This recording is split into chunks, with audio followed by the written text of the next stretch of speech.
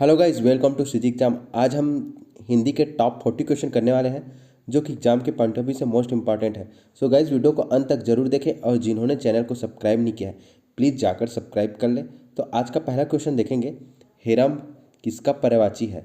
तो हेरम किसका पर्यायवाची है? तो इसका राइट आंसर हो जाएगा ऑप्शन बी हो जाएगा, लंबोदर क्या है, हेरम का पर्यायवाची है। अन्य में देखेंगे तो विनायक हो गया, गणेश जी हो गए, ये सभी क्या है, लंबोदर के पर्यायवाची हैं। अंबुज, अंबुज के पर्यायवाची हैं कमल, कमल क्या है, अंबुज के पर्यायवाची है। इसमें अरविंद, अन्य में देखेंगे तो अरविंद हो गया, ये सब की क्या है, अंबुज के पर्यायवाची हैं। अगला प्रश्न है, तरड़ी शब्द किसके लिए प्रयुक्त होता है? तो यानी तरड़ी का पर्यायवाची इनमें से कौन सा है? तो इसका राइट आंसर हो जाएगा ऑप्शन बी हो जाएगा, सूर्य जो है क्या है, तरड़ी का पर्यायवाची है। इसके अलावा आपको याद रखना है दिवाकर, प्रभाकर, दिनकर, मार्तंड, ये सभी क्या है, सूर्य के पर्यायवाची है। इसके बाद और याद देखने, तरड़ी बड़ा डी वाला देखेंगे तो इसका अर्थ हो जाएगा नौका, इसमें आप लोग को कन्फ्यूज नहीं होना है। युति का हो जाएगा तरूड़ी, तरूड़ी हो जाएगा। और यमुना का हो जाएगा सूर्य तनय, सूर्यपुत्री और कलंदी, ये सबको आपको अच्छे से याद रखना है। अगला प्रश्न है, ये मोस्ट इंपॉर्टेंट है, विपंची शब्द का अर्थ है। तो विपंची शब्द का कौन सा अर्थ है? तो विपंची का अर्थ हो जाएगा वीणा, इसका राइट हो जाएगा ऑप्शन बी सही हो जाएगा। कलंदी अभी हमने बताया है, कम कलिंदी किसको कहते हैं, यमुना को हो जाएगा। और मिलिंद, मिलिंद का पर्यायवाची हो जाएगा कमल, ये सभी को आपको याद रखना है। तो अगला प्रश्न देखेंगे, निम्न में से कौन सा शब्द चंदन का पर्यायवाची नहीं है? तो नहीं है पूछ रहा है, तो इनमें से कौन सा नहीं है? तो ये हुतासन क्या है, चंदन का पर्यायवाची नहीं है, इसलिए इसका राइट आंसर ऑप्शन ए हो जाएगा हुतासन। हुतासन का पर्यायवाची हो जाएगा अग्नि, यानी ये आग का पर्यायवाची है। और गंधासर, संदल, श्रीखंड, ये सभी क्या है, चंदन का पर्यायवाची है। इसको आप लोग को अच्छे से याद रखना है। अगला प्रश्न है, आविर्भाव शब्द का विलोम है। तो आविर्भाव शब्द का विलोम हो जाएगा तिरोभाव, ऑप्शन डी इसका राइट हो जाएगा। अगला प्रश्न है, यथार्थ का विलोम है। तो यथार्थ का विलोम कौन सा हो जाएगा? तो इसका हो जाएगा आदर्श, यथार्थ का विलोम आदर्श हो जाएगा। और कृत्रिम का विलोम हो जाएगा नैसर्गिक। उचित का हो जाएगा विलोम अनुचित। अगला प्रश्न है, जो बहुत जानता है, जो बहुत जानता है उसे क्या कहेंगे? उसे कहेंगे बहुज्ञ कहेंगे, इसलिए इसका राइट आंसर हो जाएगा ऑप्शन डी हो जाएगा। और जो सब कुछ जानता है उसे क्या कहेंगे? सर्वज्ञ कहेंगे। और जिसकी जानकारी बहुत अधिक हो, जिसकी जानकारी बहुत अधिक हो उसे क्या कहेंगे? विज्ञ कहेंगे। इतना आप लोग को याद रखना है। अगला प्रश्न देखेंगे, किस वाक्यांश के लिए दिया हुआ एक शब्द सही नहीं है? तो इनमें से कौन सा गलत है ये देखना है आपको।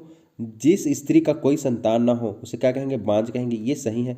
जो बहुत बोलता हो उसे क्या कहेंगे? मितभाषी, ये क्या है? गलत है। जो बहुत बोलता है उसे क्या कहेंगे? वाचाल कहेंगे। तो मितभाषी किसे कहेंगे? जो सीमित मात्रा में बोलता है, जो कम बोलता है उसे क्या कहेंगे? मितभाषी बोलेंगे। अगला देखेंगे, क्रम के अनुसार उसे क्या है? यथाक्रम हो जाएगा। जो स्मरण रखने योग्य है उसे क्या कहेंगे? स्मरणी कहेंगे। तो इसका राइट आंसर हो जाएगा ऑप्शन बी हो जाएगा, जो बहुत बोलता हो वो मितभाषी क्या है, ये गलत है। अगला प्रश्न देखते हैं, दिशाएं ही जिनका वस्त्र है उन्हें कहा जाता है। तो दिशाएं ही उन्हें जिनका वस्त्र है उन्हें क्या कहा जाएगा? तो उसे कहेगा दिक अंबर कहा जाएगा। दिक का अर्थ हो जाएगा दिशाएं हो जाएगा, और अंबर का अर्थ हो जाएगा वस्त्र हो जाएगा। तो इसका राइट आंसर हो जाएगा ऑप्शन सी हो जाएगा। अगला प्रश्न देखते हैं, जो छीड़ ना हो सके, जो छीड़ ना हो सके उसके लिए उपयुक्त शब्द है। तो क्या हो जाएगा? अक्षय हो जाएगा, इसका राइट आंसर ऑप्शन सी हो जाएगा। तो अमिट क्या हो जाएगा? जिसे मिटाया ना जा सके उसे क्या कहेंगे? अमिट कहेंगे। जिसे पार ना किया जा सके उसे अपार कहेंगे। और अनंत, जिसका कोई अंत ना हो उसे क्या कहेंगे? अनंत कहेंगे। अगला प्रश्न देखते हैं, जिस स्त्री का पति जीवित है के लिए उपयुक्त शब्द है। तो जिस स्त्री का पति जीवित है उसे कहेंगे सधवा कहेंगे। और जिसकी पति जीवित नहीं है उसे कहेंगे विधवा कहेंगे। अगला प्रश्न देखेंगे, वर्णमाला किसे कहते हैं?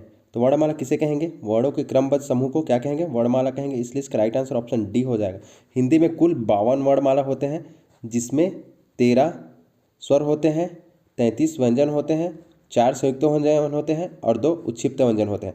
ये सबको आप लोग को अच्छे से इसको डिटेल को पढ़ना है, क्योंकि ये मोस्ट इंपॉर्टेंट है एग्जाम के पॉइंट ऑफ व्यू से। अगला प्रश्न देखेंगे, क वर्ग, च वर्ग, ट वर्ग, त वर्ग, प वर्ग के प्रथम 2 व्यंजनों को किस नाम से जाना जाएगा? यानी क वर्ग और ख वर्ग के प्रथम दो व्यंजनों को क्या बोले जाएंगे? अघोष व्यंजन कहेंगे।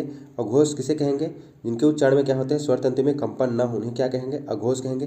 इसके अलावा याद रखना है, इसमें क्या आ जाएंगे? ऊष्म व्यंजन, यानी स और स आ जाएगा।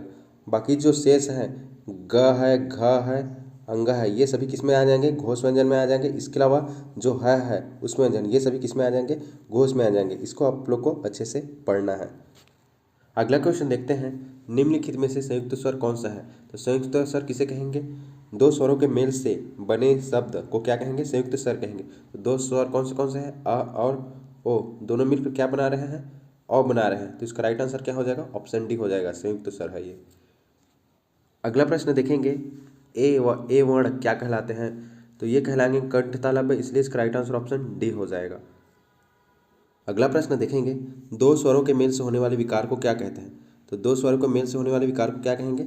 स्वर संधि कहेंगे, इसलिए इसका राइट आंसर ऑप्शन बी हो जाएगा। अब स्वर संधि कितने प्रकार के होते हैं? ये 5 प्रकार के होते हैं। पहला याद रखना है दीर्घ स्वर संधि, दूसरा याद रखना है गुण स्वर संधि, तीसरा याद रखना है वृद्धि स्वर संधि, चौथा याद रखना है यड़ स्वर संधि, और पांचवा याद रखना है अयादि स्वर संधि। और इसका आप लोग को डिटेल को भी अच्छे से आप लोग को पढ़ना है। अगला प्रश्न देखना है, मतज्ञ का संधि विच्छेद है। तो मतज्ञ का संधि विच्छेद हो जाएगा, ऑप्शन बी हो जाएगा मत धन ऐक्य, यानी अ प्लस क्या हो जा रहा है? ए हो रहा है, बराबर क्या हो रहा है? ए हो रहा है, मतज्ञ। तो ये कौन सा संधि हो जाएगा? वृद्धि स्वर संधि हो जाएगा। अगला प्रश्न है, महोपदेशक शब्द में कौन सी संधि है? तो इसका संधि विच्छेद क्या हो जाएगा?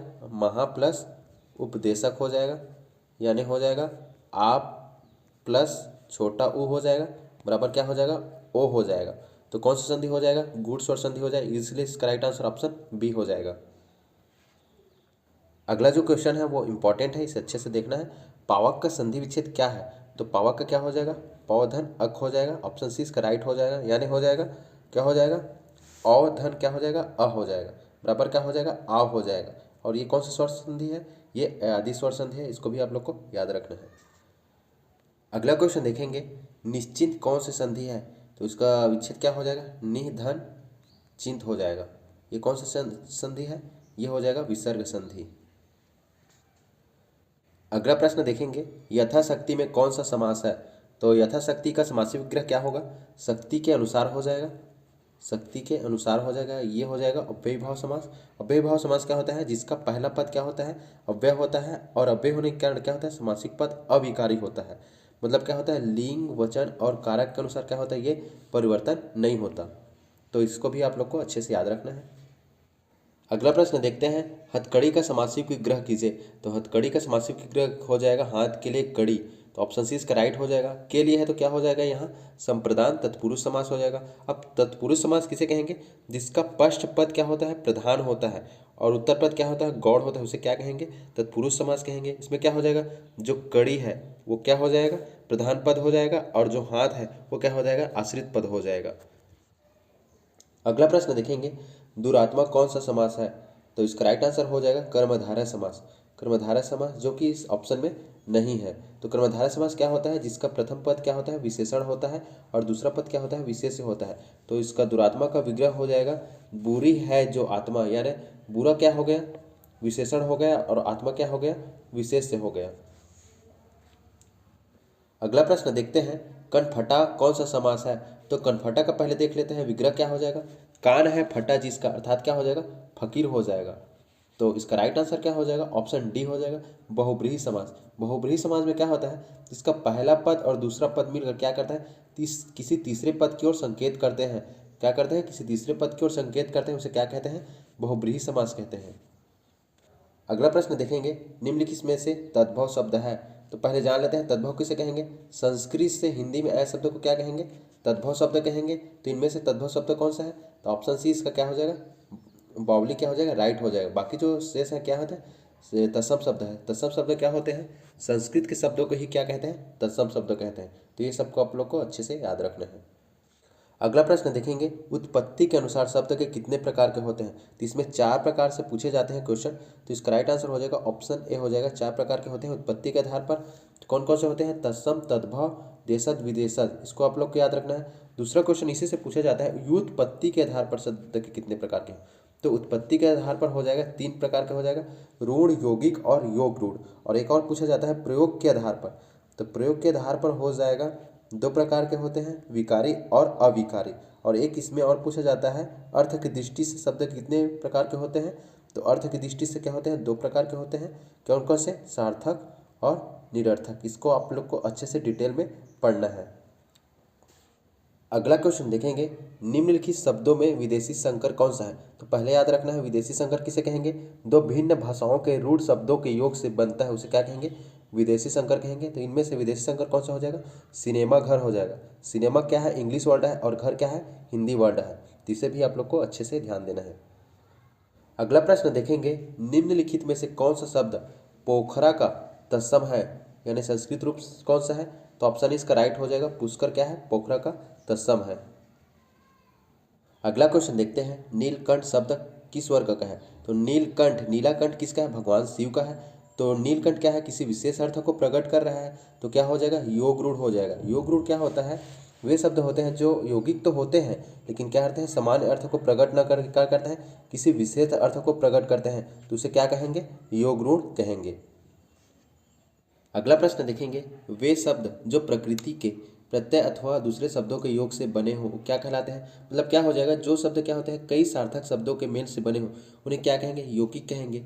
जैसे उदाहरण के रूप में देखेंगे, देवालय, देवालय क्या हो जाएगा, देव धन आलय, यानी क्या होता है 2 सार्थक शब्दों से मिलकर बने हुए, तो इन्हें क्या हो जाएगा, यौगिक हो जाएगा। अगला क्वेश्चन देखेंगे, दिए गए शब्दों में से 3 शब्द अशुद्ध है तथा केवल एक ही शब्द क्या है इनमें से शुद्ध है। तो इनमें से शुद्ध कौन सा है, तो अनुगृहीत क्या हो जाएगा, शुद्ध हो जाएगा, बाकी ये तीनों क्या है, अशुद्ध है। तो इसका राइट आंसर ऑप्शन बी हो जाएगा। अगला प्रश्न देखेंगे, निम्नलिखित में से कौन सा शब्द अशुद्ध है। तो इनमें से कौन सा अशुद्ध है, तो हिंदू क्या है, अशुद्ध है, इसलिए इसका राइट आंसर ऑप्शन ए हो जाएगा। इसका शुद्ध रूप क्या हो जाएगा, हिंदू हो जाएगा, ऐसा हो जाएगा। अगला क्वेश्चन देखते हैं, इनमें से एक वचन बहुवचन का कौन सा युग्म सही नहीं है। तो कौन सा युग्म सही नहीं है देखते हैं। पहला, घोड़ा घोड़े, ये भी सही है। मुनि मुनियों, ये सही है। गली गलियों, ये भी सही है। चिड़िया चिड़िया, ये क्या है, गलत है। तो इसका राइट आंसर क्या हो जाएगा, ऑप्शन डी हो जाएगा। अगला क्वेश्चन देखते हैं, निम्नलिखित में से निषेध सूचक शब्द नहीं है। तो आप लोग को क्या बताना है, निषेध सूचक कौन सा नहीं है। तो इनमें से निषेध सूचक नहीं है, ऑप्शन डी हो जाएगा। हाँ क्या है, निषेध सूचक नहीं है, बाकी ये सभी क्या है, निषेध सूचक है।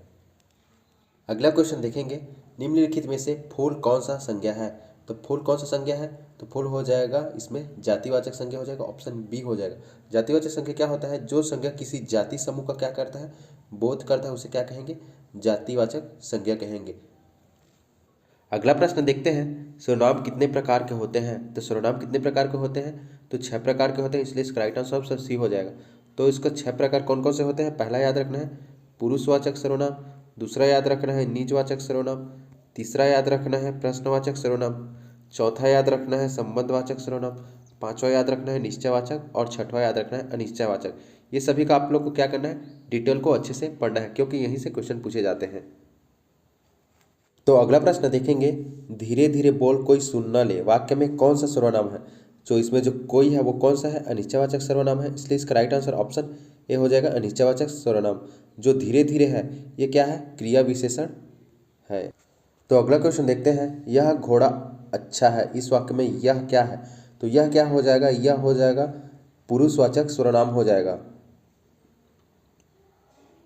तो अगला प्रश्न देखते हैं, विशेषण किसकी विशेषता बताता है।